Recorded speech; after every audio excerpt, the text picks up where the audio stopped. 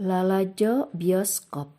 Dina tahun 70-an di Banjaran geus aya bioskop.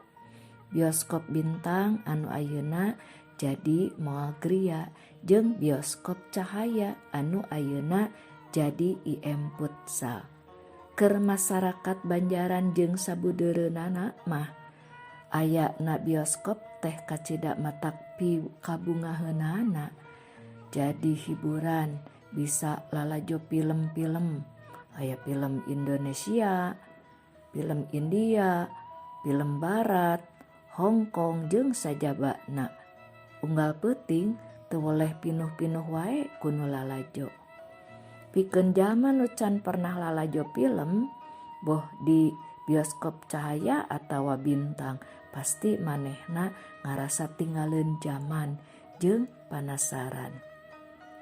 Kacaritakeun Mang Ihin jeung Mang Ayat, tukang kuli bangunan, duanana sosobatan. Maranehna geus badami ti beurang keneh yen engke peuting rek lalajo film. Kabeneran filmna film perang di bioskop Cahaya. Harita maranehanana geus meunang duit bayaran. Kirawanci bada Isa duanana geus saged dangdan. Janjian panggih dihareupeun warung Cenyai.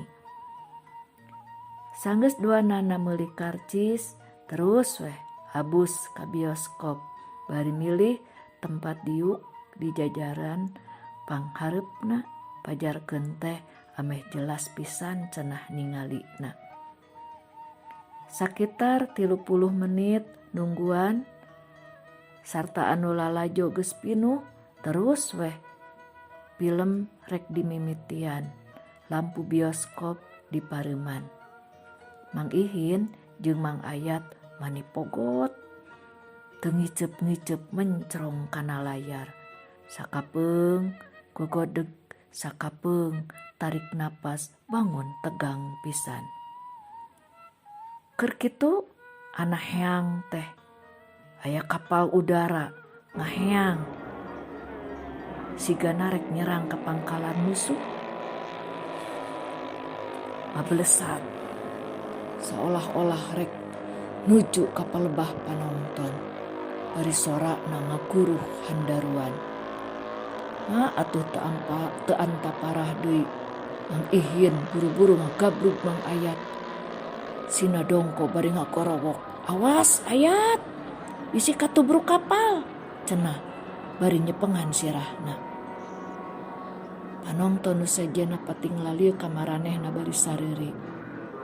Ningali kitu Mang Ihin jeung Mang Ayat jadi kaisinan.